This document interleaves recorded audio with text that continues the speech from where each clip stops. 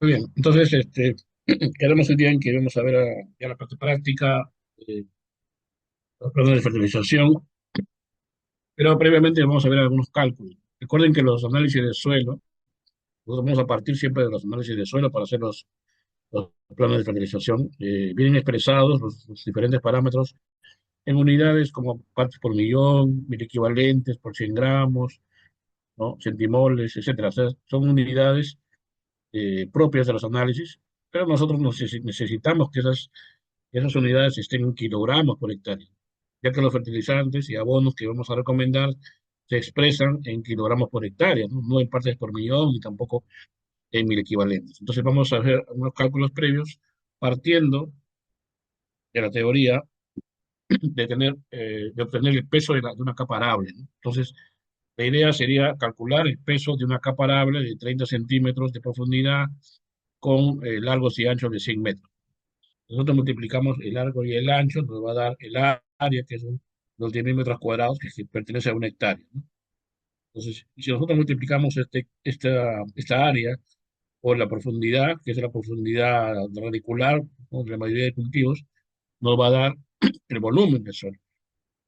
Y teniendo el volumen del suelo, nos faltaría la densidad aparente para poder calcular el peso de la capa arable. Entonces, vamos a ir viendo esto, ¿no? Entonces, teóricamente, esta es una porción del suelo, ¿no?, que hemos extraído y queremos calcular cuánto pesa esta porción de suelo, ¿no?, teniendo el área y teniendo la profundidad. Entonces, faltaría ver la densidad aparente. La densidad aparente va a depender de la textura de nuestro suelo. En suelos, por ejemplo, arcillosos, la densidad aparente está en valores entre 1, 1,2, más o menos. Los suelos francos entre 1,4, 1,5 y los suelos arenosos entre 1,6, 1,7.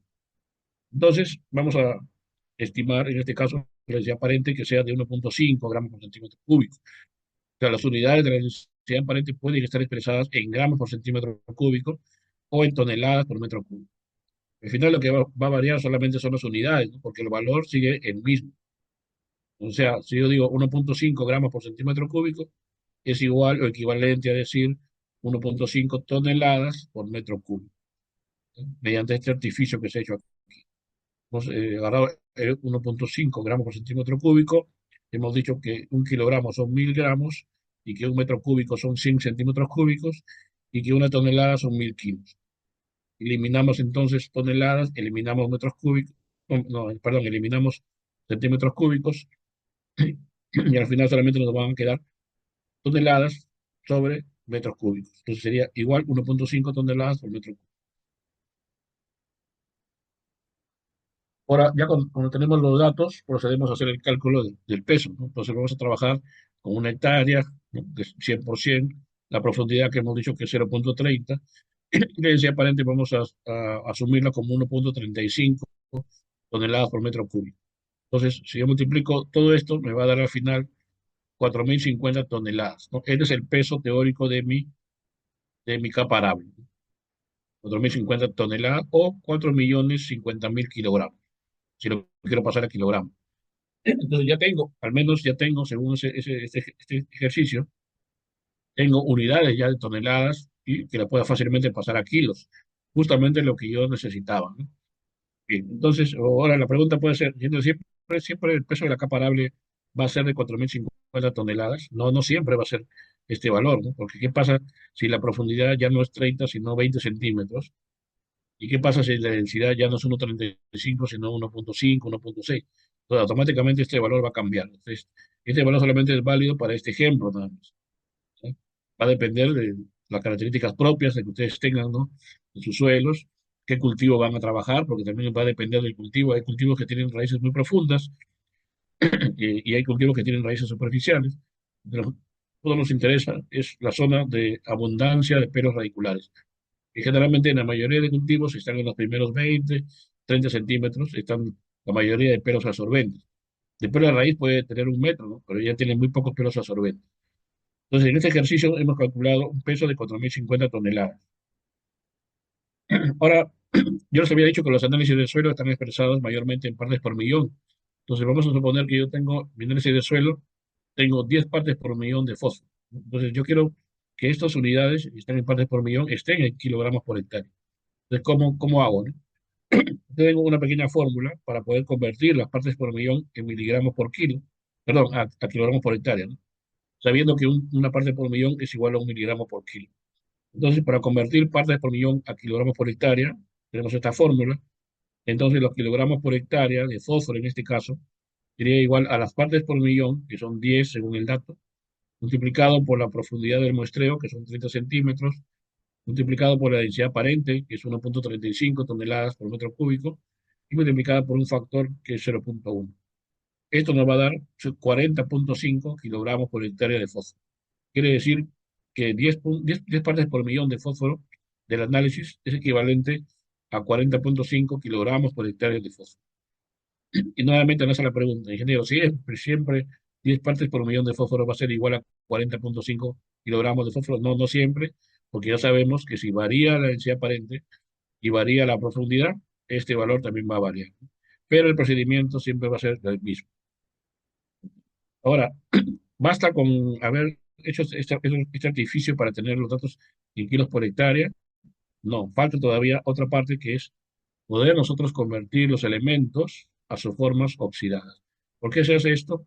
Porque los análisis de suelo nos dan datos de los elementos, así como está acá, ¿no? Como este fósforo. Pero los fertilizantes que nosotros vamos a recomendar para el plan de fertilización están expresados como óxido, como P2O5, por ejemplo, en el caso de fósforo. Entonces, vamos a tener aquí la fórmula, que es P2O5, y vemos que acá está el fósforo y está el oxígeno. De tabla periódica sacamos el peso atómico del fósforo, que es 30,9, y del oxígeno, que es 16.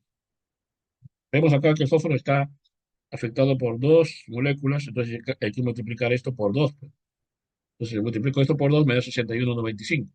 Y el oxígeno, ¿no?, está afectado por 5 moléculas. Entonces sería 5 por 16, sería 80. Si sumo los dos, me va a dar el peso molecular total, ¿no?, del P2O5, que es 141,95. Pero a mí me interesa de esto despejar el fósforo. ¿Ya? Entonces despejo el fósforo con regla de tres simple.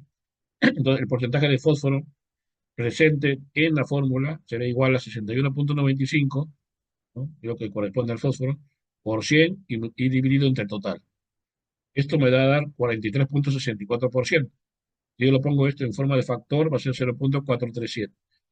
Quiere decir que si yo quiero convertir 1 kilogramo de P2O5 y quiero expresarlo en su forma de fósforo como elemento, lo tengo que multiplicar por 0,437. Y si yo quiero lo contrario, quiero este elemento fósforo convertirlo a su forma de óxido, tendré que multiplicarlo a este elemento por la inversa de esto, por la inversa de 0,437, que es 2,29.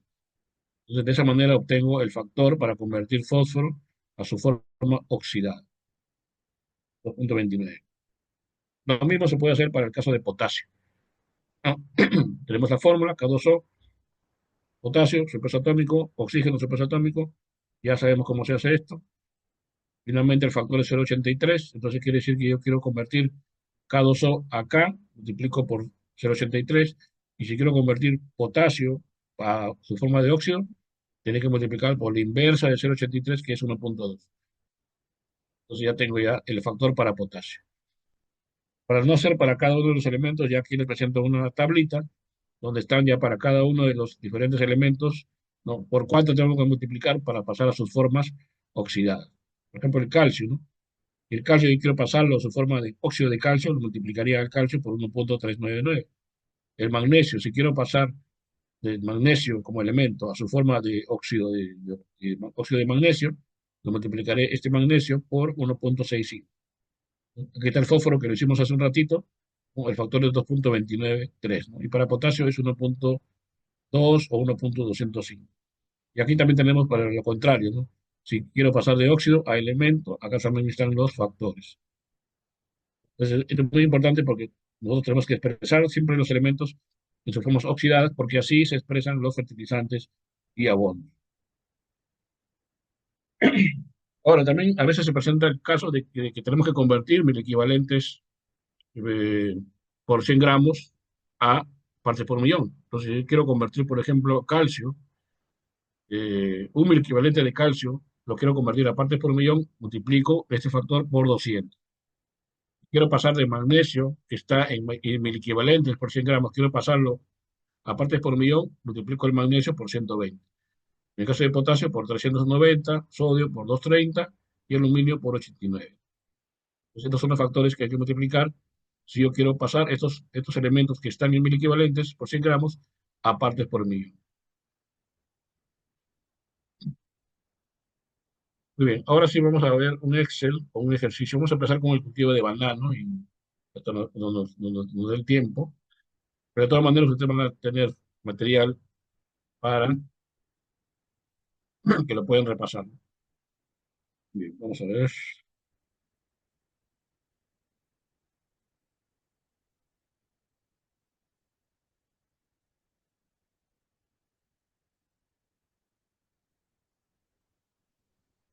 Muy bien. Ahora tenemos este análisis de suelo, que es el análisis de caracterización, ya que es el análisis que se trabaja cuando recién estamos para instalar un cultivo.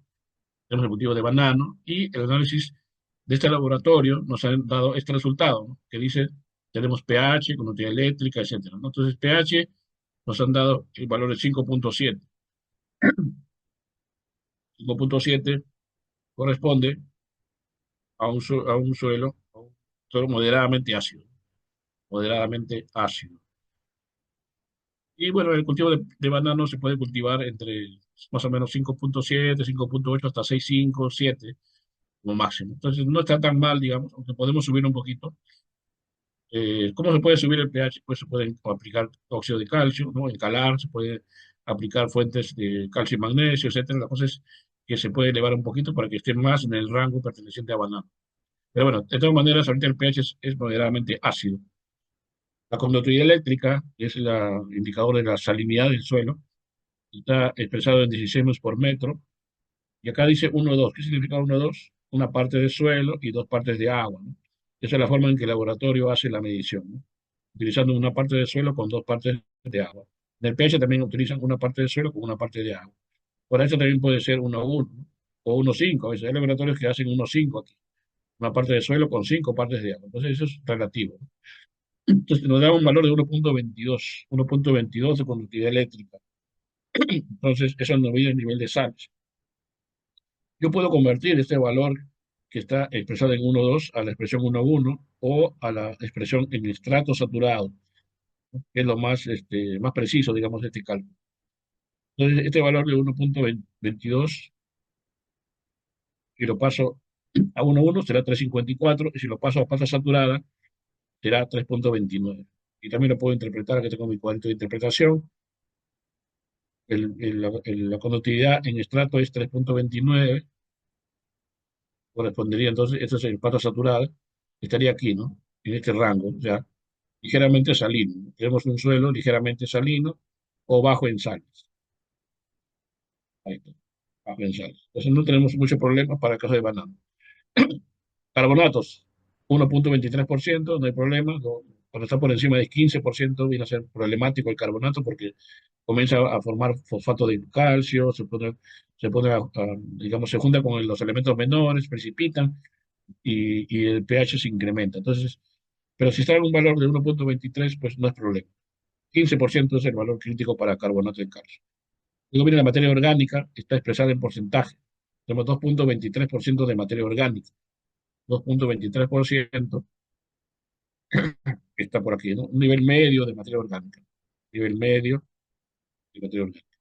Luego tenemos, bueno, aquí siempre hay que aplicar materia orgánica, ¿no? El cultivo de banano es un cultivo exigente en materia orgánica. Siempre hay que estar aplicando materia orgánica. Fósforo disponible en partes por millón. Aquí en el fósforo hay dos posibilidades, ¿no? Bueno, al menos en nuestro país. Bray 1 para pHs por debajo de 6.5 y Olsen modificado para pHs más de 6.5.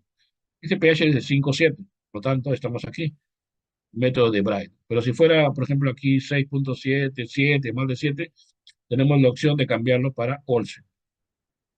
Pero bueno, yo lo voy a dejar en Bray porque estamos en el pH 5.7 que corresponde al método de Bray 1. Ese es el método que el laboratorio utiliza. Y el valor aquí es 15 partes por millón de fósforo. Entonces vamos a ver si este valor es bajo, medio o alto. Luego potasio, dice partes por millón. El método que usa el laboratorio, bueno, la mayoría de laboratorios es acetato de amonio, ¿no? Y tenemos un valor de 150 partes por millón de potasio disponible. Tanto ese fósforo como ese potasio están disponibles para la planta. Luego viene el análisis mecánico, el porcentaje de arena, limo y arcilla. Tenemos 70% de arena, 10 de limo y 20 de arcilla. Nos da un suelo franco, arcillo arenoso. Franco, arcillo arenoso es la carga textural. Luego vienen los cationes cambiables. Calcio, magnesio, potasio, sodio y aluminio, inclusive. Tenemos un valor de 7 miliequivalentes por 100 gramos de calcio, 1,20 miliequivalentes de magnesio, 0,14 de potasio y 1,40 de sodio. No tenemos presente de aluminio. Generalmente el aluminio está presente cuando el pH es menos de 5,5. Pero no tenemos aluminio en este caso. Tenemos la suma de cationes, que es la suma desde el calcio hasta el aluminio. Suma de bases, desde el calcio hasta el sodio, con bases. Pero en este caso coincide con la suma de cationes porque no hay aluminio. Porcentaje de saturación de bases viene a ser la suma de las bases del calcio hasta el sodio dividido entre la SiC y multiplicado por 100 nos da 100%. Como no hay aluminio, pues, la saturación de acidez va a ser 0, 0%. Bien.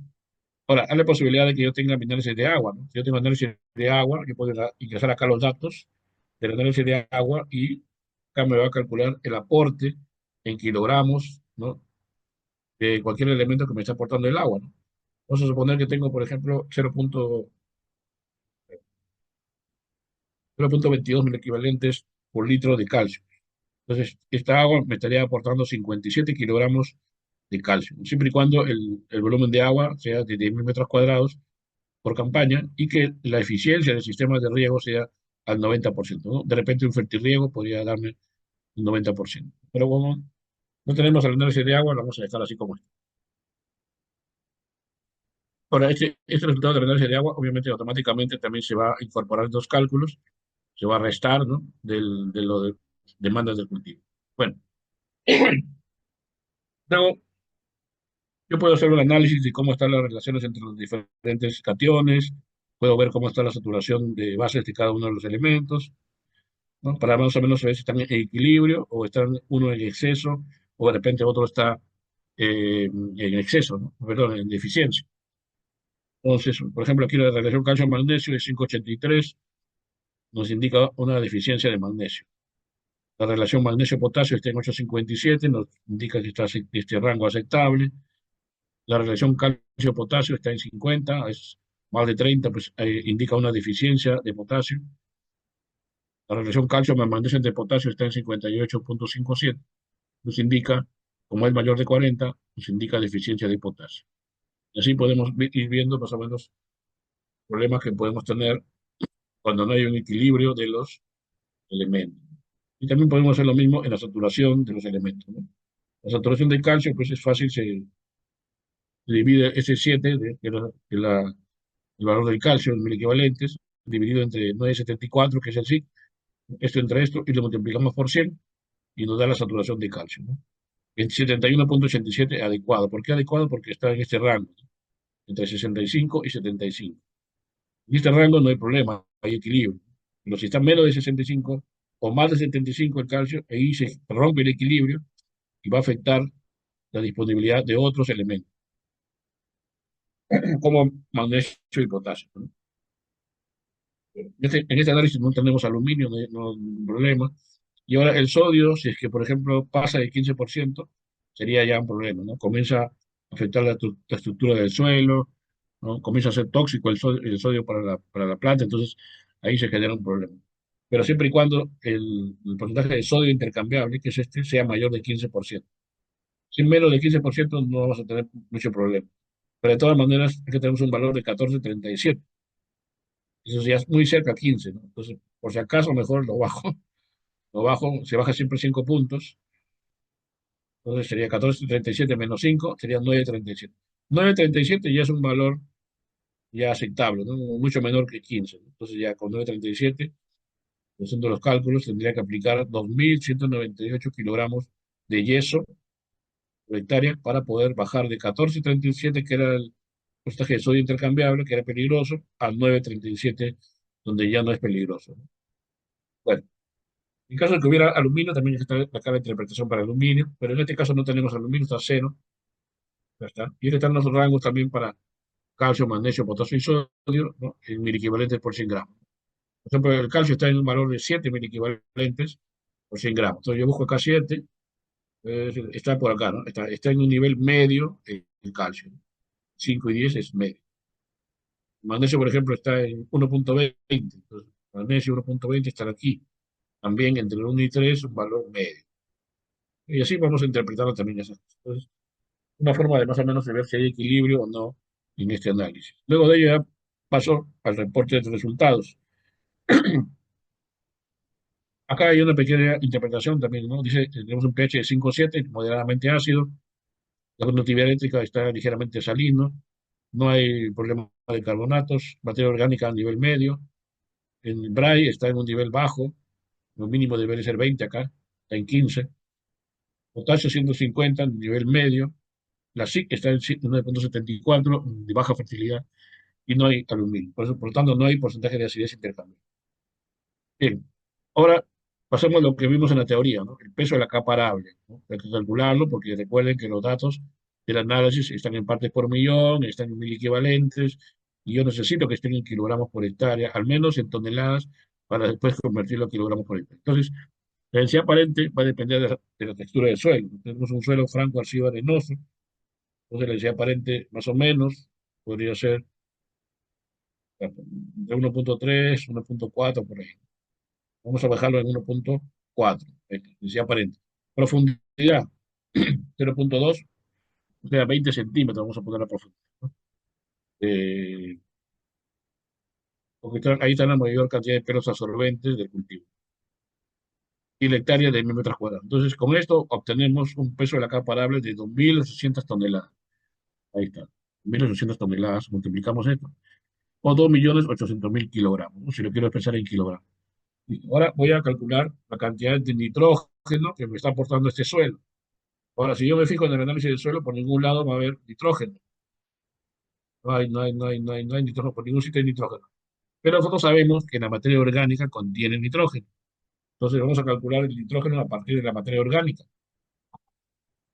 Entonces el nitrógeno nos dice, bueno, que me dicen, ingrese el peso de la capa arable, acá está, ¿no? E igual, 2.800 toneladas, listo. Ingrese la materia orgánica del análisis, es 2,23, ahí está, lo hemos ingresado. Y ahora, esa materia orgánica contiene un promedio, un 5% de nitrógeno orgánico, ya según la teoría, que puede variar, claro, obviamente, ¿no? Pero vamos a suponer que estamos en un ambiente adecuado, con temperatura adecuada, todos los parámetros bien, entonces sería 5% de nitrógeno orgánico que está dentro de esta materia orgánica, ¿ya? Entonces, pero este nitrógeno orgánico la planta no lo puede tomar. La planta necesita que el nitrógeno esté en forma iónica, ¿no? Inorgánica. Por lo tanto, ahí entran a tallar los microorganismos de la materia orgánica que van a ir liberando este nitrógeno, ¿no? A través de una tasa de mineralización anual. Entonces, los microorganismos van liberando ese nitrógeno a una tasa de mineralización anual. Aquí le he puesto 2%, ¿no? Pero ¿de dónde sale ese 2%? Va a depender, la tasa de mineralización va a depender de la zona donde yo me encuentre y de la altitud, ¿no? Entonces, vamos a suponer que estamos en costa norte, ¿no? Donde tenemos banano. Entonces, la tasa va a ser entre 1,5 y 2,5%. Y yo estoy poniendo 2%, que es el promedio. Si estuviéramos en una zona alta, como sierra, por ejemplo, más de 4.000 metros, obviamente que los microorganismos pues, se van a estar muy lentos, ¿no? Para hacer su trabajo. Por lo tanto, la tasa va a ser mucho menor. Y si por el contrario estamos en selva, en un lugar de menos de 600 metros sobre el nivel del mar, ¿no? Va a haber bastante actividad de los microorganismos por la humedad relativa, por la temperatura, todos los factores. Por lo tanto, aquí la tasa va a ser mayor, ¿no? Más de 3,5% anual, ¿no? Pero en este caso estamos en costa, vamos a poner 2% anual. Ahí está, 2% anual de tasa de mineralización. Entonces, los microorganismos van a ir liberando este nitrógeno. Luego tenemos, dice, porcentaje de disponibilidad con respecto al pH. Recuerden que vimos en el curso anterior que el pH afecta a la disponibilidad de nutrientes. Entonces, un pH de 5,7 no va a permitir que el 100% de nitrógeno se pueda absorber, ¿no? Entonces, ya 5,7 va a tener problemas. Entonces, vamos a ver nuestro cuadrito. ¿Qué dice el cuadrito? 7,5, no, 5,7 está por aquí, ¿no? Entonces, solamente vamos a aprovechar el 50% del nitrógeno y también de todos los elementos estarán al 50%. ¿Por qué está en el 50%? Porque el pH está en 5,7, pH ligeramente ácido, por lo tanto va a afectar la disponibilidad de nutrientes. En el caso de nitrógeno, vamos a 50% nada más de disponibilidad.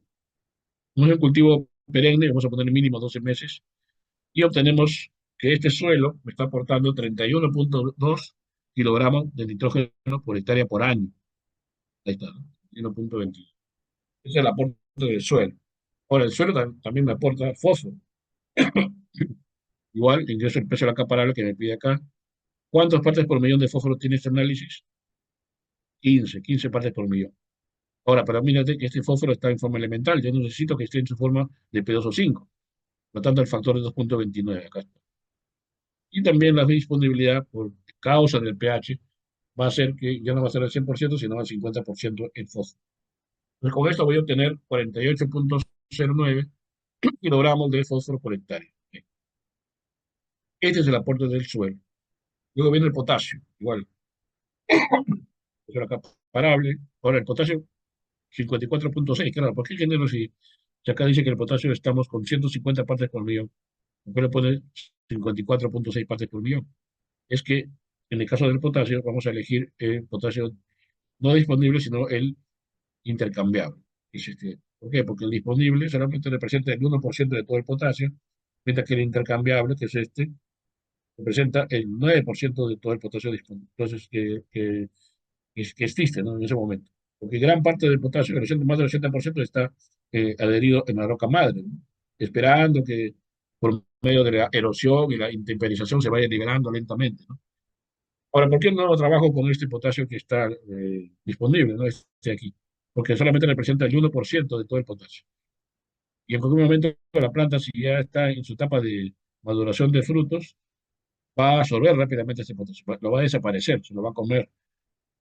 Y otra parte también se puede lixiviar, porque ese suelo también tiene arena, tiene 70% de arena. Entonces, es muy probable que gran parte de este potasio disponible en ese momento se pierda. Entonces, para yo evitar problemas, mejor me agarro de este potasio, que está todavía en la zona coloidal, y en cualquier momento va a pasar también a ser parte de la solución del suelo. Por eso trabajo con el potasio cambiable y no con el disponible.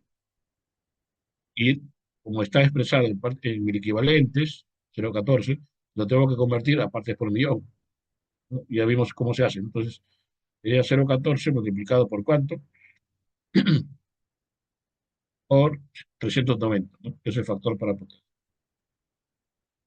Eh, y, este, ya. Y el factor para pasar potasio a K2O es 1,205, ¿no? También lo vimos en el cuadrito anterior, ¿no? Entonces, parece expresado en K2O. Y la disponibilidad por el pH también será el 50%, ¿no? Quiere decir que este suelo me está aportando 92,11 kilogramos de potasio por hectárea. Listo. Ahora viene calcio y magnesio. Y lo vamos a calcular de manera diferente porque ya está demostrado que si yo practico la misma forma, con la capa arable y todo eso, para calcio y magnesio, salen valores inconsistentes o muy altos. Por eso que en el caso de calcio y magnesio se opta por el método cualitativo, que es este. Entonces, ¿cuánto yo tengo de calcio? Tengo que ver mi análisis del suelo, ¿no? 7 equivalentes de calcio tengo. Entonces, yo tengo que pasar la primera parte por millón. Entonces, ¿cómo lo paso de partes por millón? Lo multiplico por 200, entre el factor. Tengo 1.400 partes por millón de calcio en este suelo.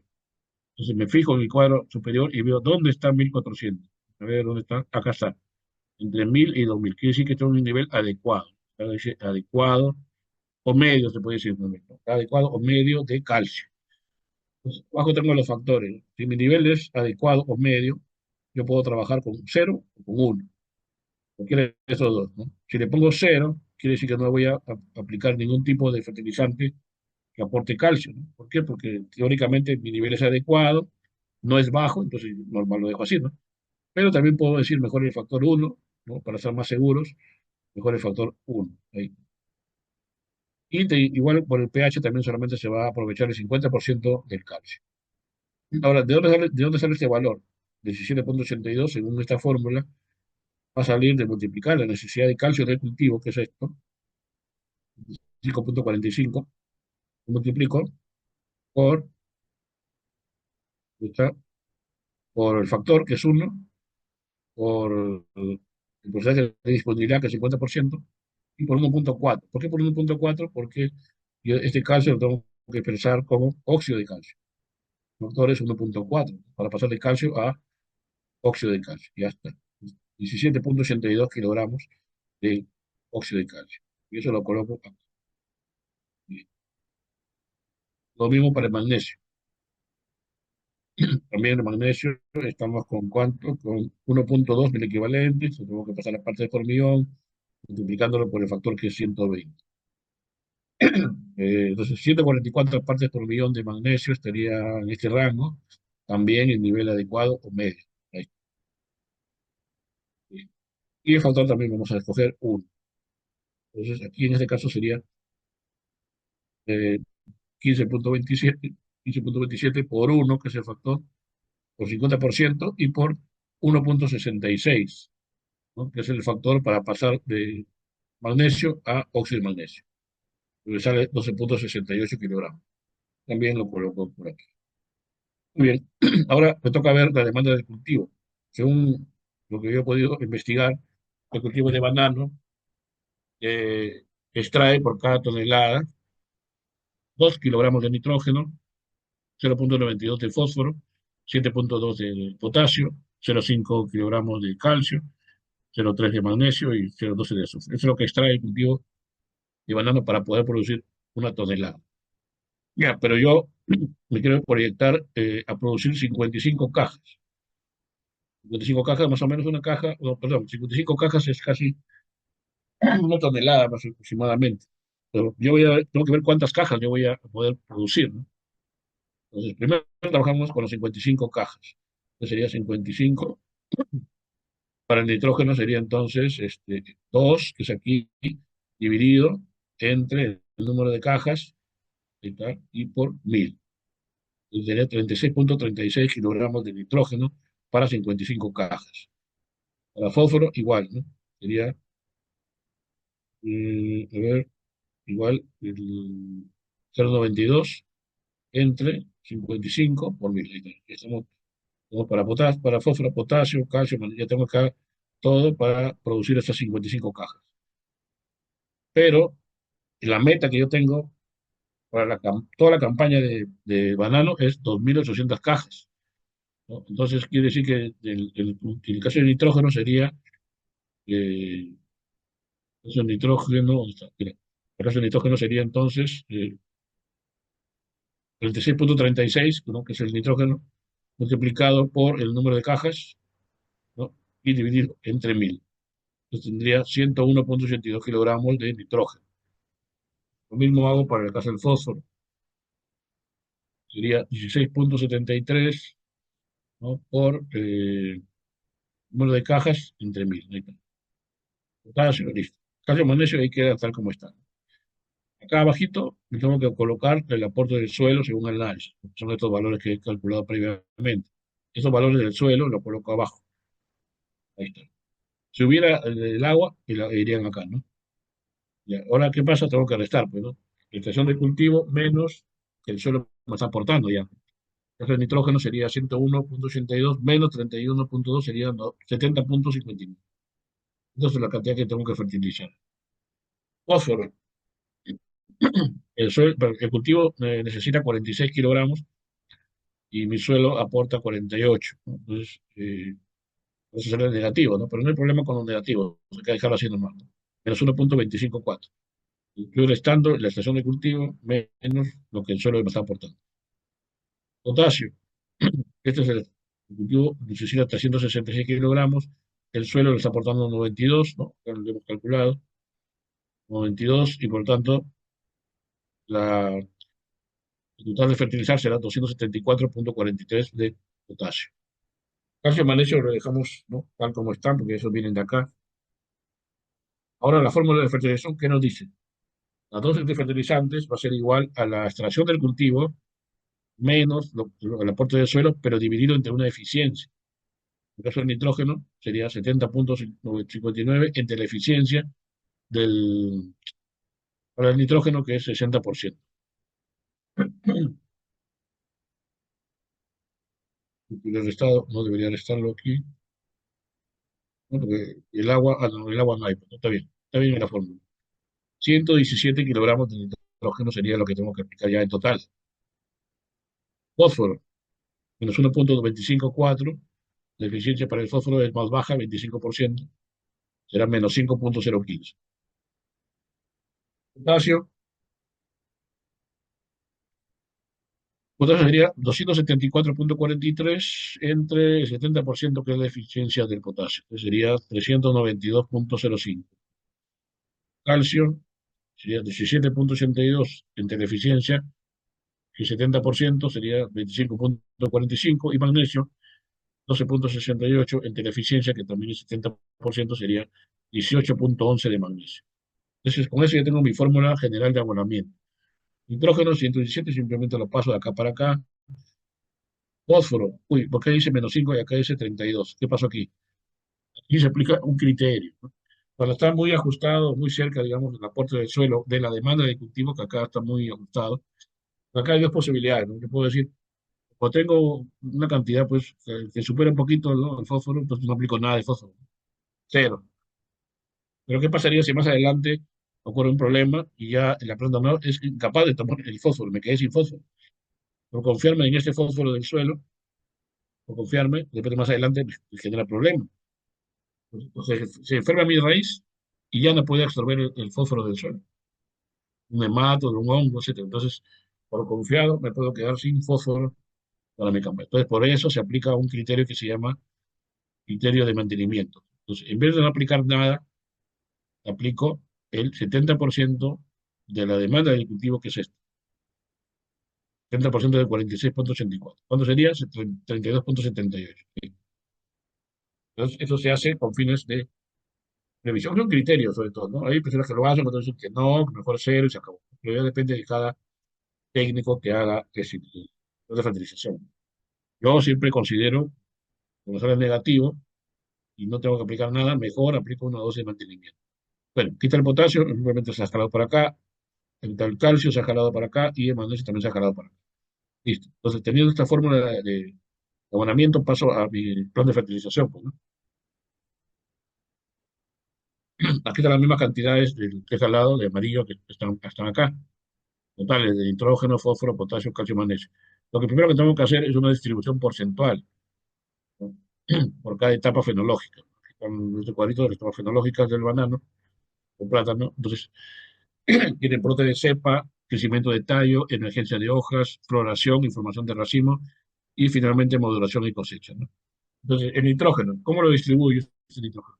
Tengo que pensar qué cantidad de nitrógeno necesita la planta en cada etapa, ¿no? En brote va a necesitar más nitrógeno que en las etapas finales. Entonces, aquí le pongo el 40% de nitrógeno, lo pongo en la etapa de brote, de cepa. El 20% restante lo pongo en crecimiento de tallo y después voy bajando, ¿no?, la demanda de nitrógeno en emergencia de hoja, pues, un 15%, depende en floración, información de racimo un 15%, y finalmente ya en maduración y cosecha mucho menos nitrógeno, un 10%. Lo importante es que llegue al 100%. Entonces ya distribuirlo. ¿No es la única forma de distribuirlo? No, que depende del criterio de cada persona. Depende de alguien que le quiere poner acá 50, ¿no?, o acá le quiere poner 15. Simplemente es un tema que puede variar un poco, ¿no? Pero la idea, pues, el fundamento es saber en qué etapa la planta necesita más de nutrientes. Fósforo. En etapa de brote, pues, no va a necesitar mucho fósforo, solamente un 10%. Evento de tallo, 15%. Emergencia de hojas, un 30%.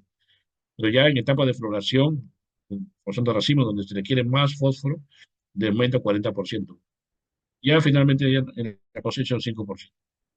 Ya cumplió el 100%. Ahora, potasio, ¿no? Bueno, todos sabemos que el potasio se requiere más en las etapas finales. Entonces le he puesto acá 40% del potasio va a ser en la etapa de floración y formación de racimo, y un 30% para la etapa de maduración y cosecha. O quizás aquí podría ser 30 arriba, 40 abajo. Ahí está. Entonces, como digo, esto se puede modificar según el criterio de, del técnico de computación de la análisis. Y el calcio y el magnesio los he distribuido en forma proporcional. Listo. No es que ya tengo la distribución porcentual, me falta expresarlo, pero en kilogramos por hectárea. Entonces, por ejemplo, por la etapa de brote de cepa, voy a tener que requerir ¿Del 40% de qué? De 117,60. El 40% de 117 sería 47,07. Luego, el 20% dice del nitrógeno lo voy a aplicar en la etapa de crecimiento de tallo, ¿no? El 20% de 117, ¿cuánto es? 23,53 kilogramos ya por hectárea, ¿no? Luego dice que tengo que aplicar el 15% de nitrógeno en la etapa de emergencia de hojas. Entonces, ¿cuánto tengo que aplicar? El 15% de 117. ¿Cuánto es? 17,66. Y así también hasta la última etapa de maduración de cosecha, en el cual ya será el 10% del total de 117, que sería 11,77. Entonces, hemos distribuido porcentualmente y acá está en kilogramos. Ya. Igual va a ser para el caso de fósforo, potasio, calcio y magnesio, igual va a ser la misma idea, ¿no? Por ejemplo, fósforo, 10% de la etapa de cepa, 10% de qué? De 32,78. ¿Cuánto es? 3,28.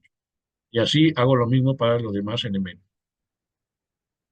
Para que no le daré el tiempo, ahora pasamos a la parte de fertilizantes. Yo tengo otros fertilizantes disponibles. Tengo nitrato de amonio, tengo urea, tengo fosfato de amónico, sulfato de potasio, nitrato de calcio y tengo sulfato de magnesio. Entonces, como ya tengo los cálculos realizados en kilogramos por hectárea de los diferentes elementos, falta convertirlos a sus expresiones en fertilizantes. Entonces vamos a hacer el ejemplo con magnesio. Entonces, magnesio tengo que aplicar 4,53 kilogramos por hectárea de magnesio en etapa de crecimiento de tallo. Para lo cual dispongo de un sulfato de magnesio, cuya ley es que tiene un 16% de magnesio. Entonces, tendría que ser 4,53. ¿Dónde estamos? En segunda, ¿no? No sé, ya aquí. Sería 4,53 entre la ley del magnesio, que es 16%. ¿Cuánto me da?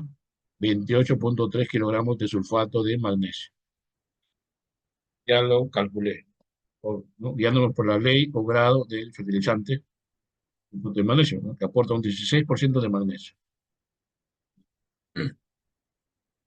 Ahora, el nitrato de calcio. De calcio, vamos a ir en etapa de maduración y cosecha, la cual necesita 4,45 gramos de calcio, ¿no? Entonces, sería 4,45 entre el 19%, que es la ley del nitrato de calcio. Entonces sería 23,44 kilogramos de nitrato de calcio. Y entonces está todo con la fórmula para que se pueda comprobar. Así, igual hago para el sulfato de potasio, por ejemplo, en la etapa de emergencia de hoja sería, perdón, emergencia de hoja sería 58,81 dividido entre la ley del sulfato de potasio, que es 50% de potasio. Eso me va a dejar etapa de emergencia de hoja, 117,62 kilogramos de sulfato de potasio. Para el sulfato de amónico también, de repente en la etapa de brote de cepa, voy a requerir 3,28 kilogramos de fósforo. Para ello voy a utilizar el sulfato de amónico, que aporta un 46% de fósforo. Con eso me va a dar, ¿cuántos estamos? 7,13 kilogramos de sulfato de amónico, y así para las demás etapas también se hace el mismo cálculo, dando la ley de fertilizante. Ya finalmente, cuando voy a utilizar la urea, en el caso de la urea en brote de cepa, tengo que aplicar en esta etapa 47,07 kilogramos de nitrógeno, pero a esto le tengo que restar el aporte primero del nitrato de calcio, que aporta ¿cuánto? Un 15% del nitrógeno. Y después le tengo que restar también del aporte del fosfato de amónico, que aporta también ¿cuánto? De 18% de nitrógeno. Eso también tengo que restar. Y finalmente al 100 lo voy a dividir entre la ley de la urea, que es 46%. Entonces me salen 99,53 kilogramos de urea. Y así. Siempre hay que considerar los más fertilizantes que aportan también un mismo elemento. En este caso, en el caso del nitrógeno. El nitrato de amónico aporta nitrógeno, el nitrato de calcio también aporta nitrógeno. Listo. Entonces, una vez que yo tengo ya distribuido mi plan de fertilización para cada etapa fenológica, la cantidad que voy a aplicar en kilos por hectárea, Puedo hacerlo un poquito más preciso, hacerlo gramos por planta. Entonces, para ello tengo que saber cuántas plantas tengo, ¿no? Vamos a suponer que tengo un distanciamiento entre plantas de 2,6 metros y entre líneas también 2,6. Esto me da una población de 1.479 plantas. Entonces, yo quiero aplicar en gramos por planta. Entonces, en la etapa de brote cepa, voy a aplicar 99,5 kilogramos de urea en esa etapa, ¿no? Pero como tengo 1.479 plantas, entonces tengo que dividirlo, ¿no? El número de plantas y multiplicarlo por 1.000. En este caso me da 67,28 kilogramos de urea en etapa de brote cepa. Son gramos por planta, por cada planta. Y así también puedo hacer para las demás etapas, ¿no? Entonces, esa es una forma de poder presentar un plan de fertilización por etapas fenológicas, una de la más usada. Hay otra forma también que puede hacerse mensual, semanal, etcétera, pero las etapas fenológicas es, bueno, según también mi experiencia, una de las mejores que hay, ¿no?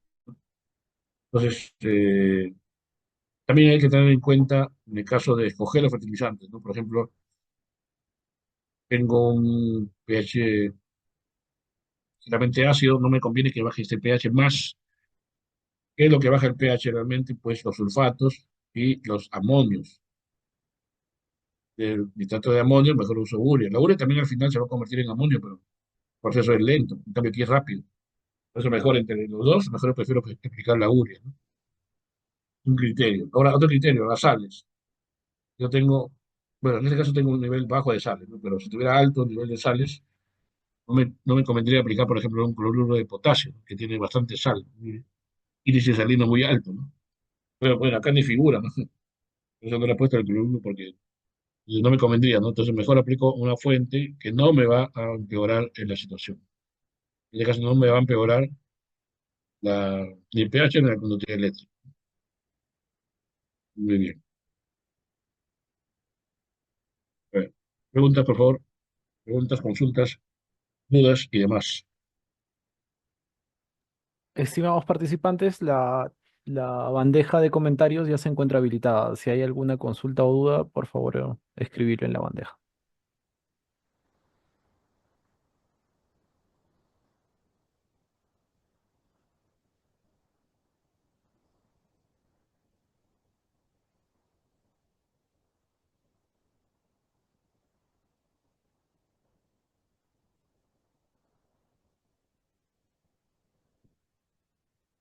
Parece que todo claro, ingeniero, hasta el momento está todo claro. La bandeja ya lo vamos a dejar abierta para que realicen sus consultas.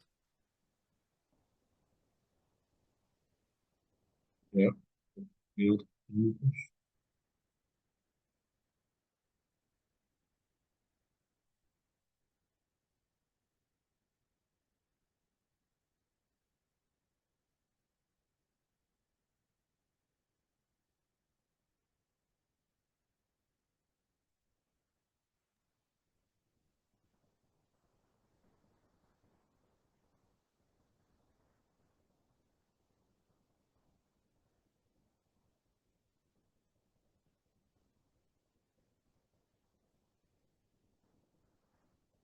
Ingeniero, nuestra primera pregunta. El ingeniero Julio Vázquez nos comenta, ¿podría dar un ejemplo práctico para la papa en la sierra? bueno, le dar el ejemplo del Papa, no está mal, bastante tiempo también haciendo malo, pero la metodología es la misma, ¿no? Aquí el Papa va a variar solamente las etapas fenológicas. El Papa aquí, por ejemplo, va a ser emergencia o siembra. Entonces vamos a poner acá porque y cosecha, ¿no? Esos tres nada más en caso de papa, ¿no? Porque aquí, por ejemplo, en el caso del nitrógeno, ya la distribución sería solamente en caso de siembra. Podemos aplicar una tercera parte de nitrógeno, de la porque la otra tercera parte, de repente, o la mitad, mitad, de repente, ¿no? Y la última parte de nitrógeno en cosecha, ¿no? Si es un tercio, un tercio, un tercio. En el caso del fósforo se aplica todo en siembra y el potasio se puede dividir también en dos partes, ¿no? De repente una parte del potasio en siembra y la otra en aporte, ¿no? Es más simple, digamos, de la distribución en papa. Ya en forma resumida estoy diciendo, ¿no? Porque habría que hacer todo el proceso igual que hemos hecho hasta ahora en lo que es banano, ¿no? Pero en papa sería más o menos así, ¿no? Bueno, son considerando esas tres etapas y fraccionando el nitrógeno, fraccionando el potasio y aplicando todo el fósforo. Ingeniero, nuestra segunda pregunta es, buenas noches, ingeniero. ¿Cuál o cuáles son las fuentes de interpretación de los análisis de suelo? Existen diversas fuentes que uno puede consultar,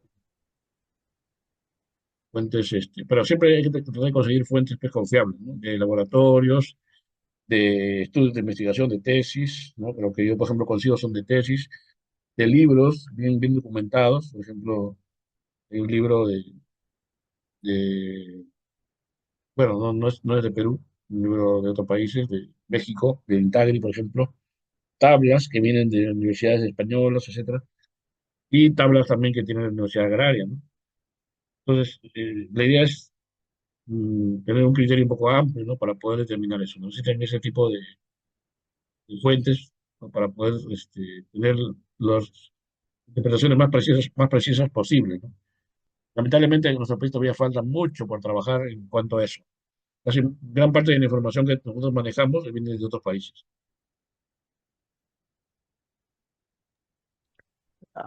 Muy bien, ingeniero. La siguiente pregunta es por el ingeniero Leonardo Hidalgo. Buenas noches. El potasio, no entendí bien por qué se toma el intercambiable y no el disponible. Un momentito, por favor, porque te esa pregunta.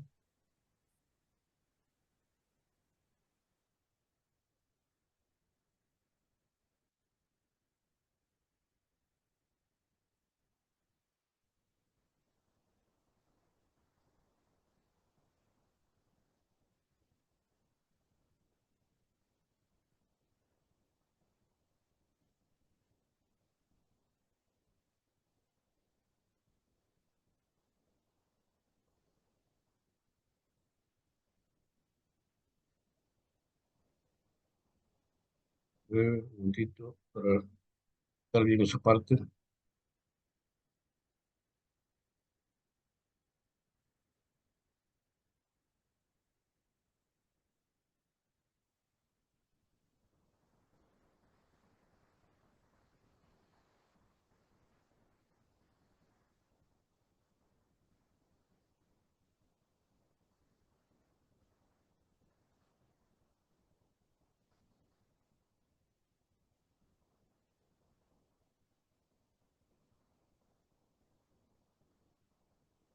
Para que vea bien, porque creo que no se ve bien. A ver, vamos a ver. Fíjense en ese cuadrito que acaba de pegar, ¿ya? Que dice formas de potasio en el suelo, ¿no? No sé si no se nota tan bien. Bueno, aquí dice en la primera parte, la parte inferior, ¿no? La parte inferior que viene a ser la roca madre. La roca madre está adherida al potasio a la roca madre. Es parte, componente de la roca madre. Entonces, este potasio que está aquí en la parte de la roca madre representa del 80 no veo bien acá el número correcto, acá sí el 80 al 85%, si no me equivoco, del potasio total que existe. Está aquí, está inviable para cualquier cultivo, o sea, no hay forma. Conforme eh, los procesos de erosión, de intemperización que ocurren en la naturaleza, poco a poco se va liberando ese potasio y pasa a esta siguiente capa que viene a ser el potasio no intercambiable. Representa entre 19 a 20% de todo el potasio. Ya está aquí. Igual también, por diversos procesos, pasa a la siguiente área, que es el potasio cambiable, ¿no? Que es este potasio que está aquí. Y el laboratorio también lo determina, ¿no? En equivalentes por 100 gramos. Y ese potasio representa entre 6,5 a 10% de todo el potasio cambiado. Y el potasio disponible o disuelto ya en la solución del suelo, fíjense que representa entre 0,1 a 0,15%. Yo dije 1%, me equivoqué todavía. Era mucho menos todavía, era 0,15%, que es este potasio que está acá. Este de aquí, que es el potasio disponible, ¿no? Que es como si fuera una fotografía, ¿no? O sea, el laboratorio llega a la muestra del suelo, hace su análisis, este potasio que acaba de llegar, pum, hace un análisis como si fuera una foto con concentrato de amonio y dice, mira, hay 150 partes por millón de potasio disponible en ese suelo.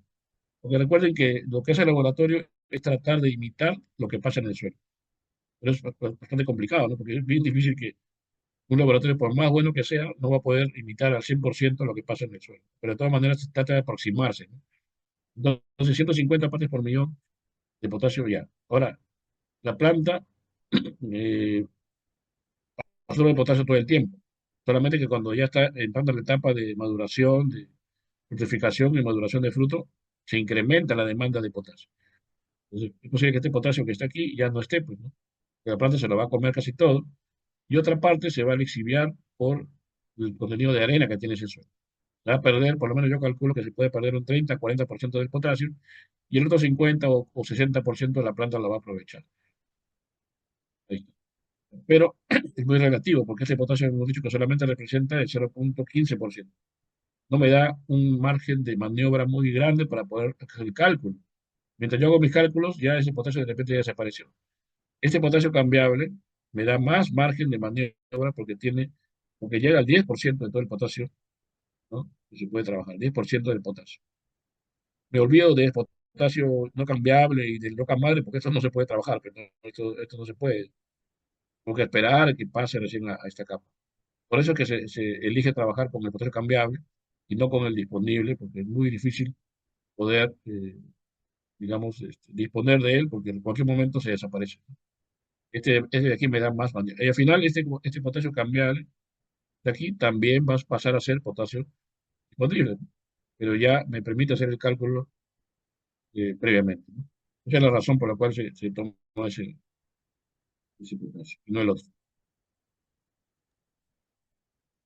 Perfecto, ingeniero. La siguiente pregunta es por F Fuentes. Nos menciona, me parece que en el caso de CaCO3, 15% es demasiado alto. ¿Algún comentario, ingeniero? Sí, lo que pasa es que existe una tabla de interpretación, no lo tengo ahorita a la mano, del carbonato de calcio, que en la tabla vemos el rango, ¿no? De 0 a 5%, de 6 a 15%, de 16 a 50%, y lo que pasa, ¿no? Con los problemas de carbono, presencia de carbonato. Entonces, en los primeros, de 0 a 5% prácticamente no hay ningún problema en los suelos. Después viene el rango de 6 a 10% por lo menos, ya ligeros problemas, ¿no? Ligeros problemas que nos permiten prevenir más o menos algún.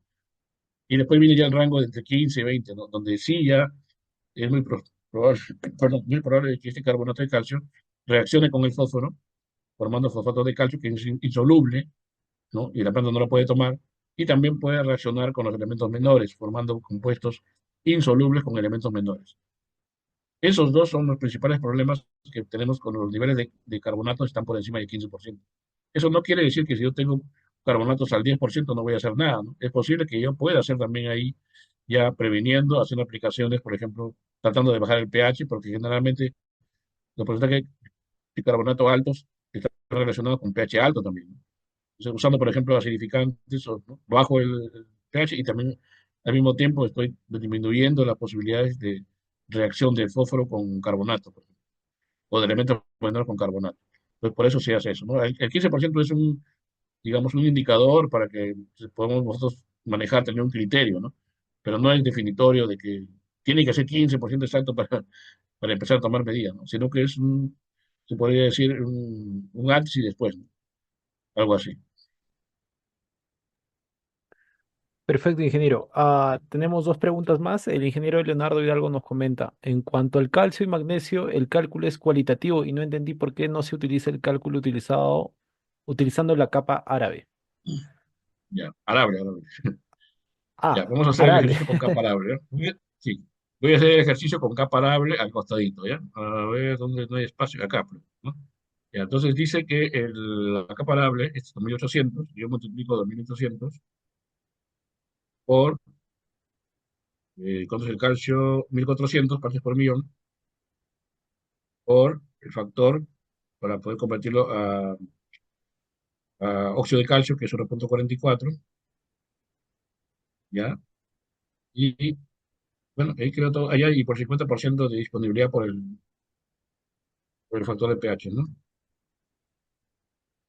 Ahora, obviamente que esto está en toneladas. Entonces yo lo divido esto entre 1000 y me va a quedar 2822 kilogramos de calcio, óxido de calcio. Hago. Fíjese la diferencia, ese número con este número. Este número, fíjese la diferencia, ¿no? El cultivo más exigente en calcio, el cultivo más exigente en calcio que se ha estudiado hasta ahora, tiene una exigencia de 300 kilogramos de calcio por hectárea. El cultivo más exigente no pasa de 300 kilogramos. Ahora fíjese, 2800, pues, ¿no? Es monstruoso. Porque si yo pongo acá 2800 y le resto, ¿dónde está? A este valor que el cultivo requiere, obviamente, pues, ¿qué me va a decir? Que no aplique calcio. Pues, ¿no? ¿Por qué voy a aplicar calcio si ya mi suelo tiene 2000 kilogramos de calcio? Entonces, ¿por qué le voy a aplicar calcio? Me sería ilógico, ¿no? Tengo abundante calcio en el suelo, entonces no tengo que aplicar, ¿no? Eso es exagerado, pues, ¿no? Entonces, por eso trabajo con ese método, solamente para el caso del calcio y magnesio, porque ya mi experiencia me indica que los valores obtenidos con este método son muy altos, ¿no? Y que no están dentro de lo real. Es por eso la razón, ¿no? Pero eso no quiere decir que no se haga, ¿no? Hay muchos colegas míos que lo hacen con el método del peso del acaparable, ¿no? Y bueno, pues es criterio, ¿no? Pero yo lo hago con ese método por esta razón. Perfecto, ingeniero. Nuestra última pregunta es por el ingeniero Julio Vázquez. Nos comenta, ¿qué opinión considera sobre la agricultura orgánica frente al uso de agroquímicos como la urea? Sí, esa es la tendencia actual a nivel mundial. La tendencia es que poco a poco vayamos girando hacia una agricultura orgánica, una agricultura regenerativa, ¿no? Esa es la idea. Pero es gradual, ¿no? No es que yo la noche a la mañana voy a ya trabajar solamente con los orgánicos y me olvido de los productos químicos. Es más, cuando un agricultor va a hacer el giro, digamos, de la agricultura convencional a orgánica, es un proceso, ¿no? Y primero comienza poco a poco a disminuir las dosis de productos químicos, ¿no? Y poco a poco, ¿no? No es que dejo totalmente lo químico y paso al orgánico, ¿no? Entonces, pero también hay que prepararse, ¿no? Hay que estudiar, porque no es tan sencillo. A ver a ver, cómo calculo una cantidad, por ejemplo, de estiércol de algún animal para aplicar por hectárea en un cultivo. Existen cálculos para hacerlo. Incluso, no sé si ya hemos hecho algún curso con ustedes, con EcoAgrotech. Si no lo hemos hecho, me gustaría hacerlo, ¿no? Para que también vean la forma técnica en la cual se usan los abonos orgánicos. No solamente es cuestión de decir, aplica 20 toneladas de estiércol de gallina a tu cultivo y se acabó, ¿no? No, hay muchos criterios técnicos que hay que ver también ahí. Y la tendencia como es esa, a un futuro no muy lejano, entonces con más razón tenemos que prepararnos en esos cálculos, en esos tipos de trabajo, ¿no? Con todo lo que es orgánico. Ingeniero, esas serían todas las preguntas que tenemos en la sesión. Ok. ¿Algún, ujú,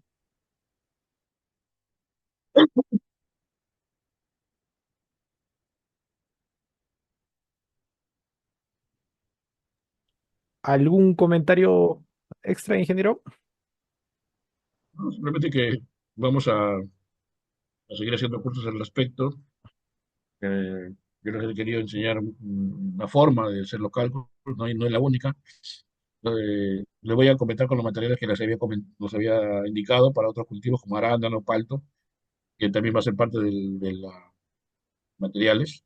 Ahora, con el ejemplo que tienen de banano, va a ser más fácil poder entender los cálculos que se han hecho de los otros cultivos. Y en caso, pues, que todavía quedara alguna duda, me pueden escribir a mi WhatsApp, que le voy a dejar ahí el número. Si quieren, de repente te interesan en otros cultivos que no hemos tratado el día de hoy, también podríamos conversarlos vía WhatsApp, ¿no? Que ahí está mi número ya en el chat. Y Muchísimas bueno, gracias. por Ujú. último, también agradecerles a ustedes por el tiempo y por la paciencia y todo. Muchísimas gracias.